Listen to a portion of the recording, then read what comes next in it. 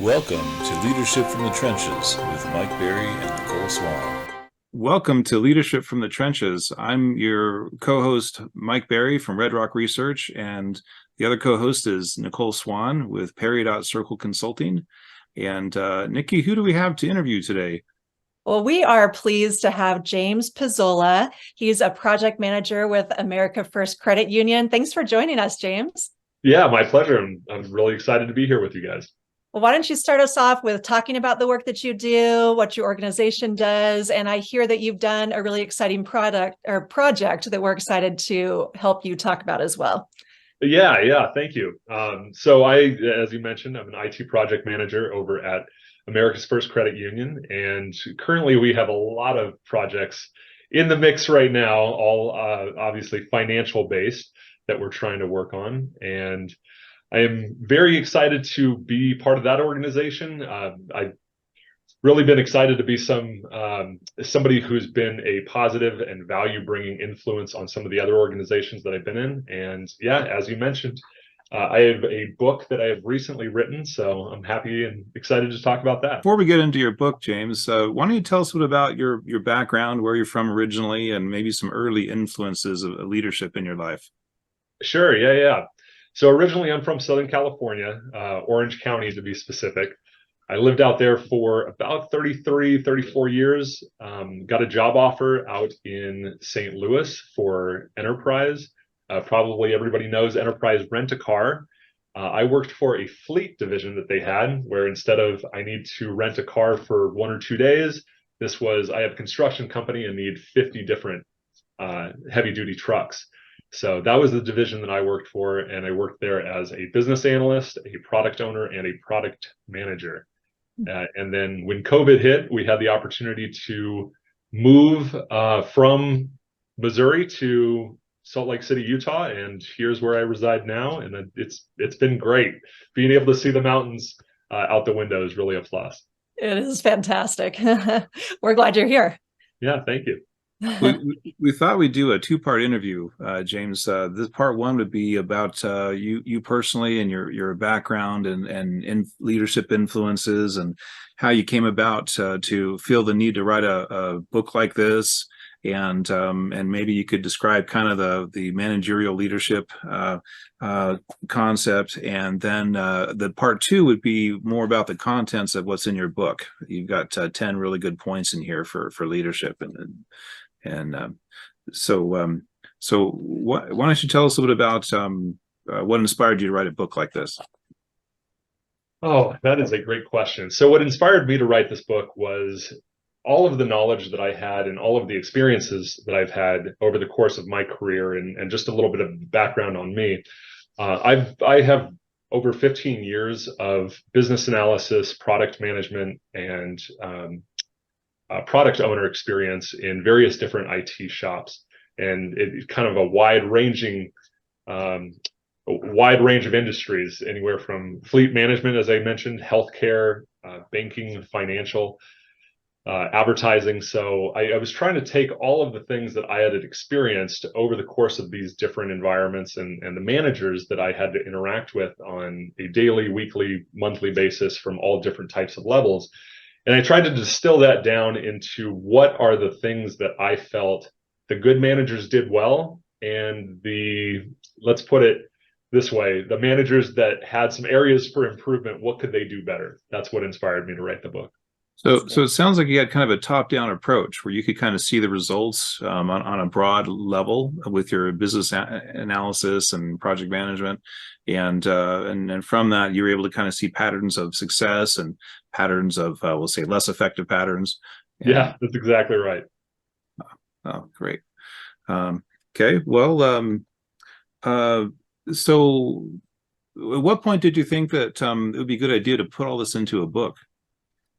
Well, there's a lot of books out there, and the thing that I liked about the way that I wrote the book, or the reason that I wrote the book the way that I did, is because all of the books out there that I had found, and I've read quite a few of them, they all took the information and presented it in a way that I didn't feel was as easily digestible as the way I put it in. I tried to write the book in a way in which, for somebody who is an absolute beginner starting out their career, or somebody who has experience in the industry who just wanted to brush up on some skills, I thought this was an easily digestible way of doing that, by putting in stories, by putting in history, by putting in a little bit of actionable items that they could take advantage of for each of the points that I talk about in the book.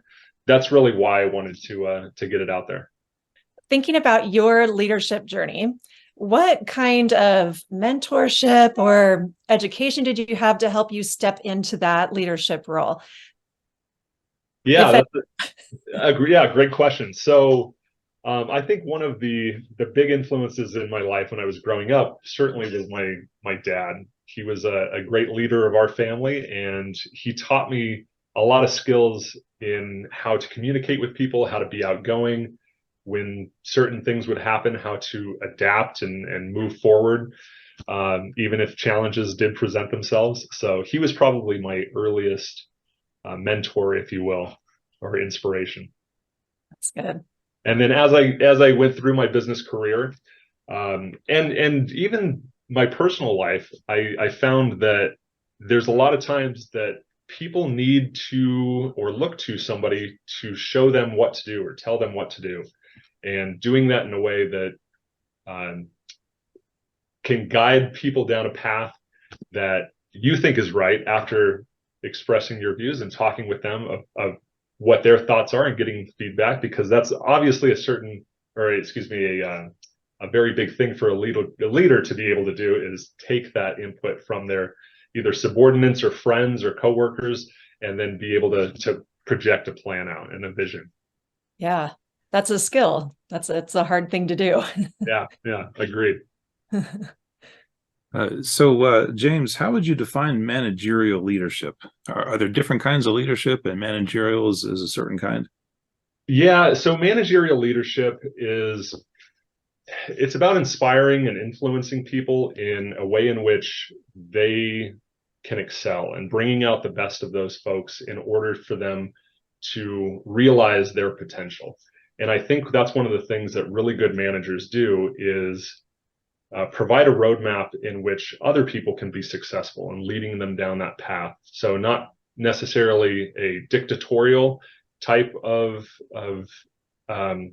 leadership style, but working with them to be, as actually we talk about in a lot of agile methodologies, being more of a servant leader. How can I help make you better? Yeah. It's interesting, because I think of managers and leaders. Well, a manager is a subset of a leader, right? But I think of those as different things. And we hear, I'm sure you have heard this too, that a manager is one type of a leader, and a leader has a different set of characteristics. Do you agree with that? How does that fit within, what you've been creating and putting together? Yeah, I would agree with that, Nikki. I think a manager is more responsible for making sure people are on task and doing the things that, checking the boxes, if you will. And a leader is somebody who blazes the trail, who makes that path. And I think combining those two things into to one type of person, where, hey, not only am I going to blaze the trail for everybody who's coming with me, and I say coming with me, not behind me, because they're all part of the same team, but then also kind of organizing and coordinating the things that need to be done to make the team successful. Yes. Yeah. I like that you combine it into one term, where my brain separates it out. But yes, at every level of leadership, we should be that person. Yeah. And I think really anybody can be a leader. Anybody in any role can be a leader. You take the person who is working at the fast food restaurant, well, they can still be a leader, even if they're not the CEO of McDonald's, let's say. They can still lead their team, make people feel good, give feedback in a constructive way. So I don't think you necessarily need the title to actually have the role. Absolutely. Yeah. I've had a lot of conversations with people about the difference between management and leadership. And I was teaching a group of project managers for the military in the South Korean peninsula. And I asked them the question, what's the difference between leadership and management? And they gave me a really simple answer that changed my life. They said, it's easy. Leadership is about people. Management is about things. Yeah, And I would agree with that. yeah, and once you get that, it really helps simplify both worlds. And just like you're saying, you have to do a little bit of both. There are tasks and things that need to be managed, but there are people's ambitions and direction and interest that needs to be led, really. And so good leaders really know how to do both. And I think there's so many people out there that have so many wonderful qualities and skills. And as long as you can have a direction for that person to go in or help them find what that direction is, I think that's really one of the bedrocks of making people and teams successful. Yeah. So do you have insights for us on how to help people do that? How do you do that with people who work for you? Oh, that's another good question. So in the book, I talk about some of the different aspects of managerial leadership. And I think the first thing, and that's one of the first things I lay out in the book, is having a strategic vision, having a vision of what you want to do and where you want to go. I think that's where it starts. Having and developing those communication skills to be able to interact and talk with the people that are either on your team or even the people that you may need to work with on the way to that success. Those communication skills are invaluable. And I think the different types of communication skills, that you develop to talk to different people with different personality types, that's also a very good skill to have. And again, something I talk about in the book. Absolutely. Well, I don't want to get ahead of the book, but I love to talk with students or people who work for me about emotional intelligence. I just felt like emotional intelligence is the key to success really on any level, but especially in leadership. You have to be emotionally intelligent to handle the interpersonal type issues that are going on. There's always a difficult conversation that has to be had. And I don't want to get ahead of your book, but it feels to me like a lot of those concepts fall within emotional intelligence. Is that right? Yeah, that's a very good point. Yeah, a lot of the emotional intelligence that you need to be a good leader is developed for most people over the course of their life and interacting with different personality types and knowing when to use certain skills and when to use certain types of wording or inflection with different people so that they can really get the point and convey it in a way that doesn't put them off, but still gets the point across. Yeah, for sure. So yeah, I love that you bring that up, Nikki, because that is very important for any leader, I think. Yeah. James, have you ever had to struggle with imposter syndrome? Yes. I think a lot of us do. I do in certain aspects every day with my current role. I don't know that it's ever anything that everybody or anybody completely gets over. I think where the imposter syndrome is for a lot of people is when they're starting something new. And I think we all want to be great at what we're doing. And when we're starting out that journey of learning a new skill or doing a new task, we do feel that way because we're not proficient at it yet. We're not an expert yet. But I think it's important to understand that everybody goes through it, and you just need to try and gain the skills and experience because that's what's going to make you feel more comfortable. Absolutely. We just got to be kind to ourselves and know that we're our harshest critics and that other people are really just cheering us on and want to see us succeed and are willing to do what it takes to help us. It's our belief in ourselves that so much of this hinges on. Oh, that's right. Yeah. And you look at somebody like Michael Jordan. I'm sure he had imposter syndrome the first time he stepped on the NBA court, but you got to get past that in order to be the superstar. You do. And I think what's really interesting about him or Kobe Bryant, some of these greats, is that they were the ones that stayed for hours and hours afterwards, shooting, just perfecting everything that they were accountable for, to deliver for the team, right? They took their role so seriously. They understood responsibility, and they acted to become what they wanted to be. And I think it's that action, that being willing to take the risk and then back it up with just coming at it with everything you have, right? Doing everything you have to make it come together. And that, I think, is a difference. Yeah, that practice is very crucial. And a great quote that I heard once was, an amateur will practice until they get it right, where a professional will practice until they can't get it wrong. Ooh, I like that. That's great. Yes. So it's all about taking that step. And, as Malcolm Gladwell said in one of his books, I think it was Outliers, you got to get to that 10,000 hours, and you can't get there all at once. You have to start with the first hour. Yeah. So as far as imposter syndrome, I think it's okay to have, as long as you, like you said, give yourself some grace and can work through it until you feel more comfortable each and every day of your practice. Yeah. I think, James, oh, go ahead, Mike. I'm sorry. I'm just, I'm James, taking over. I'm going to change the topic a little bit if Sure. that's okay. Can you tell us maybe kind of what it took to write a book like this? Like, did you publish it through a publishing house? Did you self-publish it? How long did it take to put a book like this together? It's about 130 pages, and how long did it take you to write it and all that kind of stuff?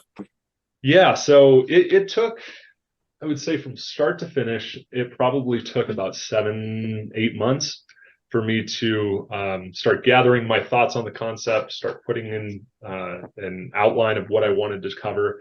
It did take quite a bit of research, certainly from books that I had read in the past and on the internet, to come up with the different topics and kind of put all of the information that I had in a blender and pour out a smoothie of information, if you will, in a easily organized fashion. So that's how long it took me to write the book. And as far as getting it published and some of the other things that went into it, such as the illustrations, actually, I'm a big fan of leveraging people who are very good at things that I'm not. I'm not a great illustrator, so I was able to find an illustrator to do it. I'm not a great publisher of books, because this is the first one that I've had the opportunity to publish. And a lot of that was using the tools, honestly, that are online. There's a lot of different sources, such as Upwork or Fiverr, that you can find people who have a specialty in a specific niche and utilize their skills to get the things that you may not be as good at doing done. So that's a lot of how I was able to actually get the book into the form that you see now. It's another smart leadership practice, is delegation. Yeah. You don't have to be an expert in everything. Nope. Just gather a team around you that can do all the things you can't. Yeah, that's right. And I had to use some of the skills in the book that I wrote to work with the people to get the book published. So that was kind of a funny, ironic type of thing. I love it. Well, I'd love to hear some of those resources, or even if it didn't go into writing your book per se, but some books or podcasts or things that have inspired you as a leader that you would want to share with us and our listeners. Sure.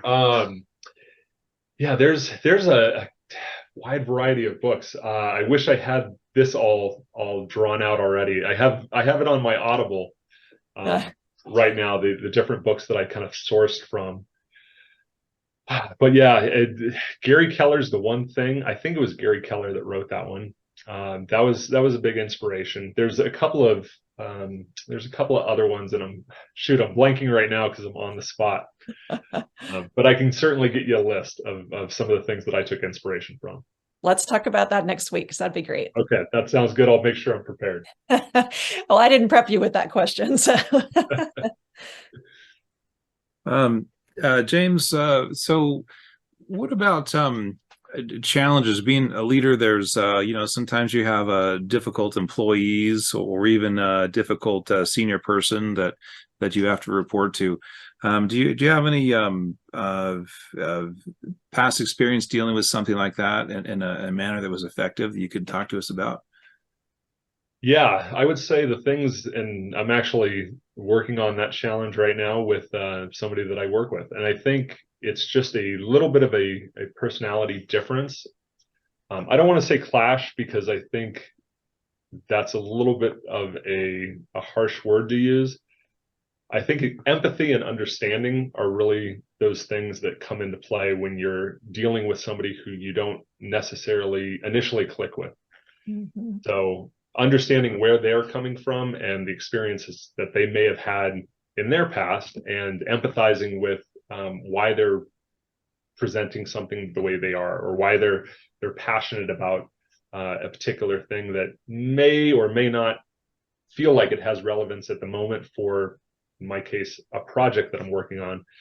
It's still understanding that person. And I think that's really what builds that connection, to where it might not have been smooth at the beginning, but after having those types of conversations and really, like you said, Nikki, having that emotional intelligence to see where they're coming from, that's what really can build a relationship from something that's maybe a little tricky to something that really works well.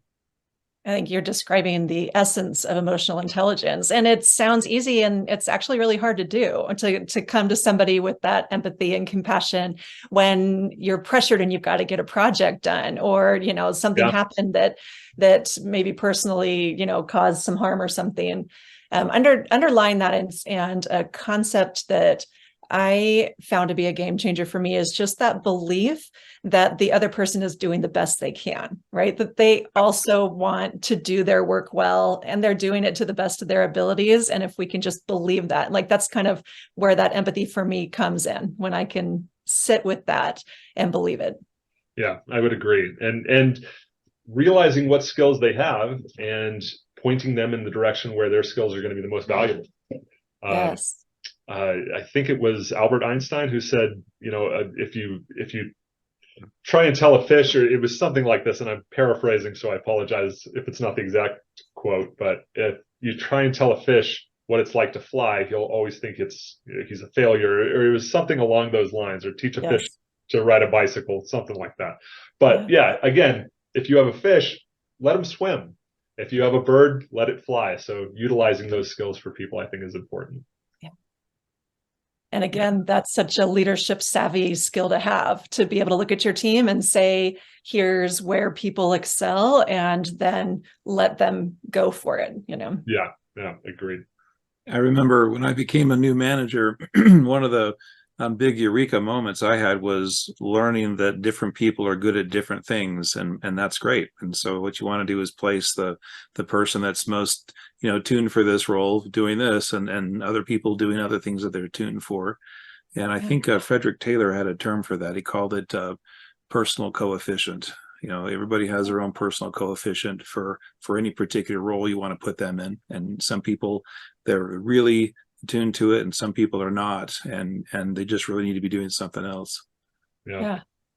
And I think it's good that we have so many different people with so many different personalities. I personally am not a coding expert, nor do I ever think I will be a coding expert, because I don't have the personality for it, but other people do. And I think that's where the value is letting people do the things that they excel in.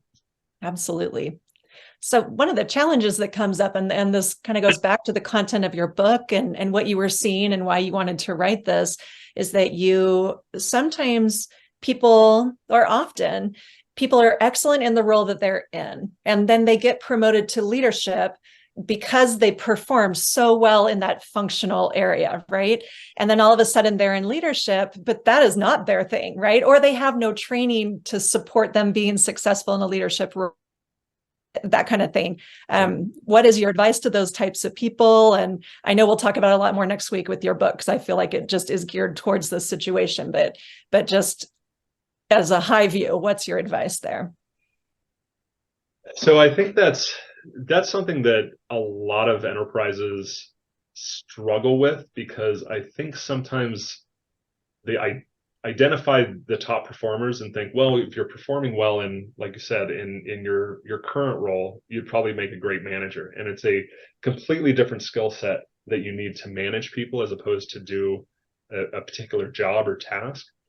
And the thing that I it always frustrates me a little bit is I would hate to see anybody promoted to the level of incompetence, because as you probably know, and you've maybe seen in your career, people keep getting promoted until the place that they're no longer effective and they're no longer good at that particular job. Yes. And it is important for businesses to invest in their employees. And I think that's been lost in our day and age, especially with so many people moving jobs so frequently. It's not like it used to be 30, 40, 50 years ago, where you'd have somebody who would stay at a job for 30 years. Now it seems like every 2 years somebody's moving on to a different place.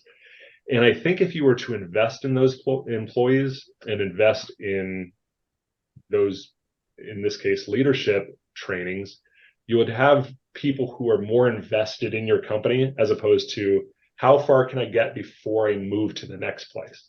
Yes. And I think that's lost on a lot of companies, unfortunately, in today's market. I agree. Well, James, that would be my advice. Just want to say it's been a pleasure talking to you today. I want to invite everybody who is listening to this to join us for part 2 next time, where we're going to actually dive into James's book and go through the 10 elements that are really important parts of managerial leadership. And so thanks so much, James. And Nikki, I think that's a wrap. Sounds good. Thanks so much, James. Yeah, it was a pleasure being with you guys.